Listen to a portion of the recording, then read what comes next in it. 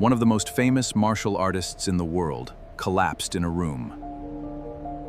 He was 32 years old, healthy, at the peak of his career.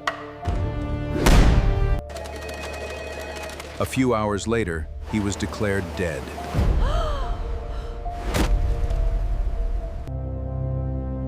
But that wasn't the strange part. But the strange part is this. Even after more than half a century, no one can say with certainty what actually killed him. Brain edema was suggested. A drug reaction was suggested. Overwork was suggested. The triads were suggested. And some still believe it was a curse. Then, 21 years later, his son Brandon Lee also died on a film set. 2 generations, 2 sudden deaths, and a story that never fully closed. But maybe we were asking the wrong question from the beginning. Because the biggest mystery in his story was never how he died, it was how he lived. He was born in San Francisco in 1940. But his real story began in the streets of Hong Kong. His childhood was filled with fights, anger, and chaos.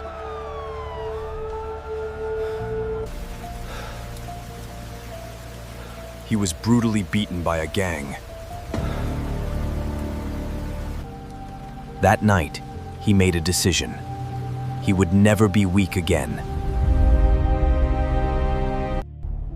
He became a student of Wing Chun master Ip Man.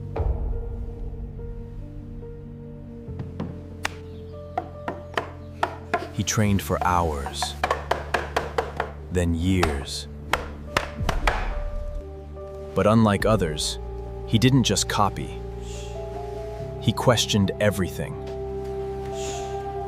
Why do we do it this way? Is there a better way?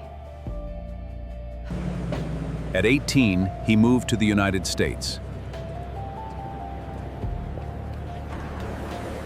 He worked as a waiter in Seattle, while teaching martial arts at night. His speed made people notice him. His presence was undeniable.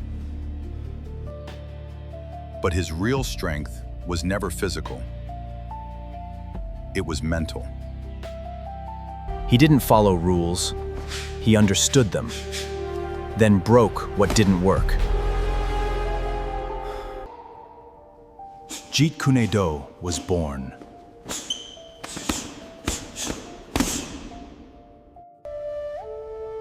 His most famous idea didn't come from fighting.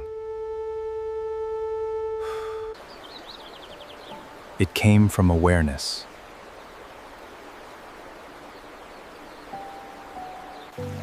He once observed water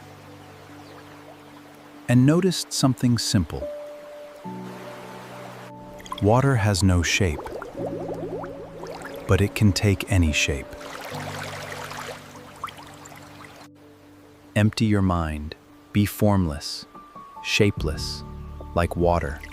Put it in a cup, put it in a cup, put it in a bottle, it becomes the bottle. Yet it can also carve through stone. He didn't just apply this in combat, he applied it in life. Hollywood tried to box him in. Side Asian character. Supporting role. Martial artist type. But he refused. Instead of fitting in, he flowed. He returned to Hong Kong, created his own films, on his own terms. Today, the same pattern repeats. The world changes. He believed mastery was not addition.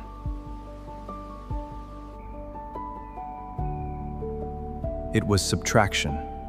Do not accumulate, eliminate. He learned hundreds of techniques. But in combat, he only used what worked. Because real situations are chaotic. And chaos rewards simplicity. Jeet Kune Do. Simplicity. Clarity. Effectiveness. Modern life does the opposite. More information. More content. More noise.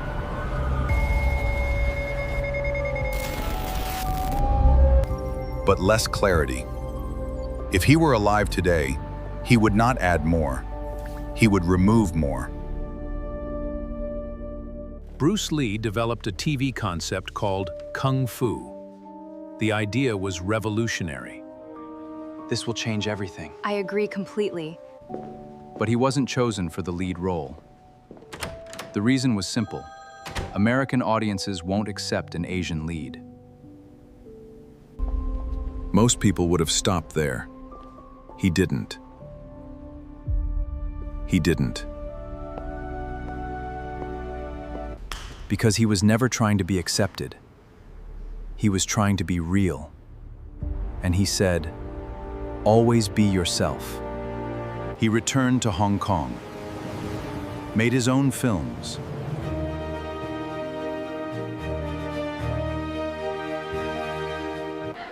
and the world could not ignore him anymore. People try to become someone else to be accepted.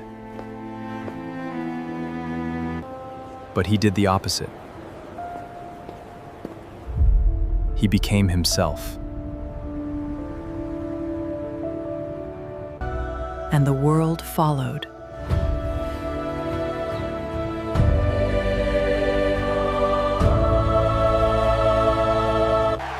From the outside, he looked unstoppable. But in his personal notes, a different story appeared. Constant self-criticism. Constant pressure to improve. Because he knew something most people ignore. The real fight is not outside. It is inside. Fear. Ego.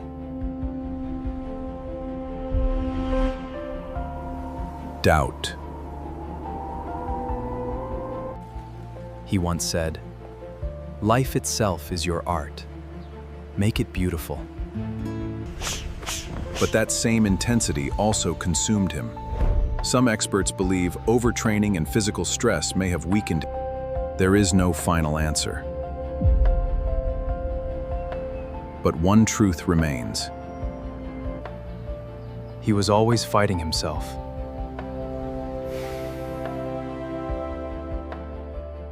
July 20th, 1973.